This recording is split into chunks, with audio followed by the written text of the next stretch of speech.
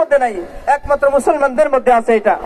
সাহাবায়ে কেরাম রাদিয়াল্লাহু তাআলা আনহুম আজমাইন এই জন্য যুদ্ধের মধ্যে এত উৎসাহিত হইতেন, নতুন স্ত্রী রেখে পর্যন্ত যুদ্ধে চলে যেতেন, শাহাদাত বরণ করবেন, আল্লাহ তাআলা মর্যাদা দিবেন, এই জন্য তারা শাহাদাত বরণ করতেন।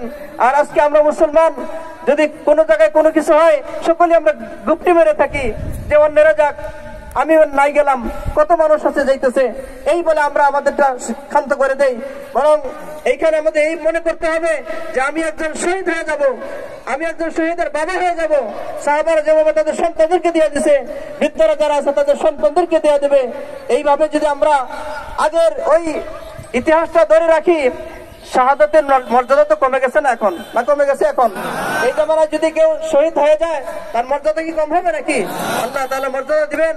আর সকলে যে আলোচনা করতেছেন তাদের ইসরায়েলি পণ্য বর্জন করা, এইটাও আমাদের করতে হবে। আর সবসময় তাদের জন্য দোয়া করতে হবে যে আল্লাহ ফিলিস্তিনিদেরকে হেফাজত করেন। এবং কাফির মুশরিক, আসলে তো শুধু ইসরায়েল না, সারা বিশ্বের মুশরিকরা এক হয়েছে। এটা আগে থেকেই যে মুশরিকরা সবসময় মুসলমানদের বিরুদ্ধে, এরা সবসময় মুসলমানকে ধ্বংস করার জন্য চায়, এখনো চাইবেই শুধু। আল্লাহ আমাদেরকে হেফাজত করুক এবং আল্লাহ এদেরকে হেদায়েত দান করুক। হেদায়েত ভাগ্যে না থাকলে আল্লাহ ধ্বংস করে দেখ। আমিন।